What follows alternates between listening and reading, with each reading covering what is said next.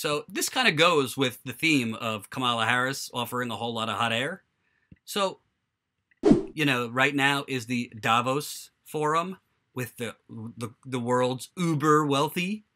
They're meeting in the Alps right now. It makes my stomach turn. The global elite are getting ready to gather in the Swiss Alps for the World Economic Forum. And while the backdrop may be one of deepening gloom over the global economic and political outlook, a new analysis reveals that for at least some of the attendees, the outlook is sunnier than ever. Released by Bloomberg just ahead of the gathering in Davos, it shows how the net worth of some of the, quote, gold-collar executives that will be attending have surged in the 10 years since the financial crisis.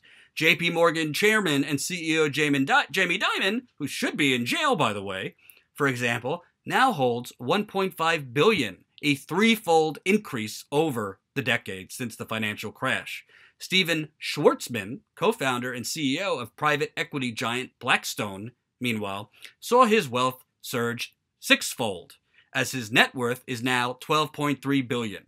Rupert Murdoch's wealth similarly went up nearly sixfold, with his fortune now at $18.3 billion. Salesforce CEO Mark Benioff, for his part, is now worth $6.5 billion, a more than ninefold increase.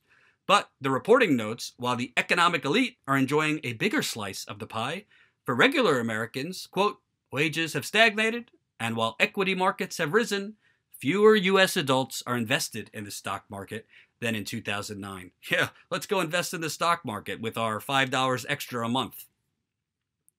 The data illustrates the ever-widening gap between the true haves, those in the 0.1%, and the have-nots of the global economy.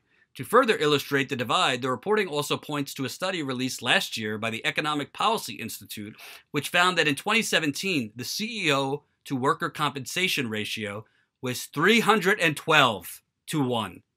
No, that's not a typo. 312 to 1. So a corporate CEO makes 312 times you. With wages for working people barely budging, it's remarkable to see top CEO pay surging again, the report's co-author Lauren Mischel said at the time. It's difficult to believe that Congress passed a tax cut weighed so heavily towards the wealthy when the nation's top CEOs are clearly doing fine. By the way, they're not exploding just because of the tax cut. The policies under Obama was just dandy for these global plutocrats. The Davos confab has always been vulnerable to snark. Hedge fund billionaires flying into Davos in fuel-guzzling private jets to discuss the threat of climate change. Billionaire CEOs discussing inequality while downing cocktails. Endless conversations between people who describe themselves as thought leaders. So, let's go into the specifics here. As you can see, this is from 2009, global financial crash, to 2019. Jamie Dimon, JP Morgan Chase, in 2009, worth, looks like $400,000 there. Now, $1.5 billion. 400,000, $1.5 billion in a decade.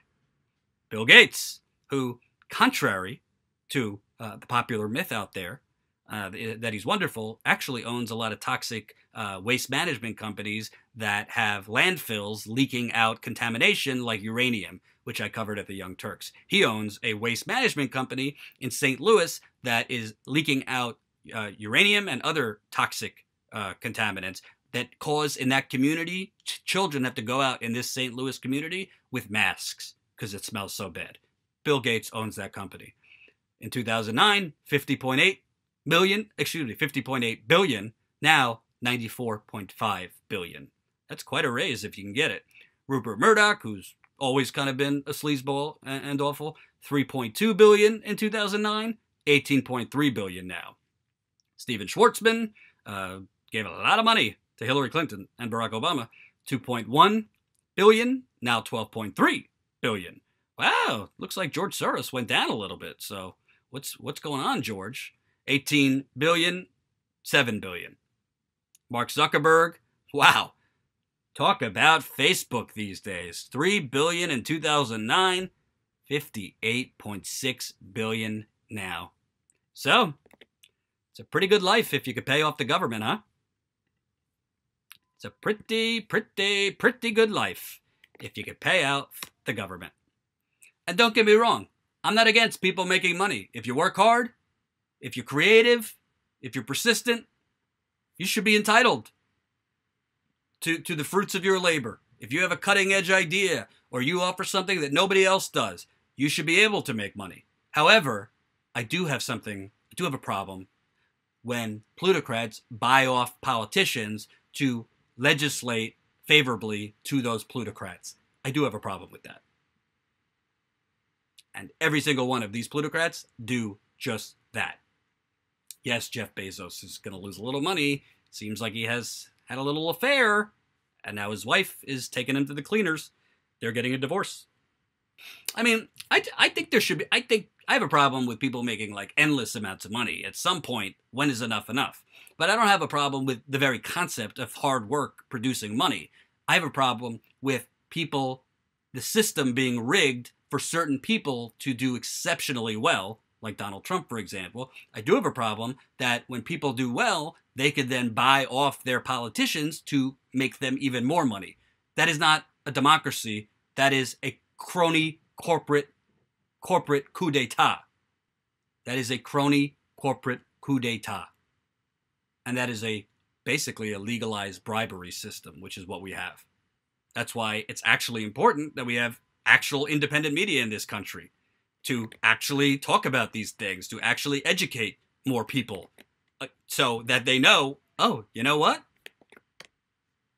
Maybe it's not so. Maybe it's not normal that I haven't gotten a raise in 10 years. Maybe it's not normal that I have to work 2 or 3 jobs just to afford this shitty apartment. Maybe it's not normal that I have $350,000 in student loans while people are taking private jets to Davos.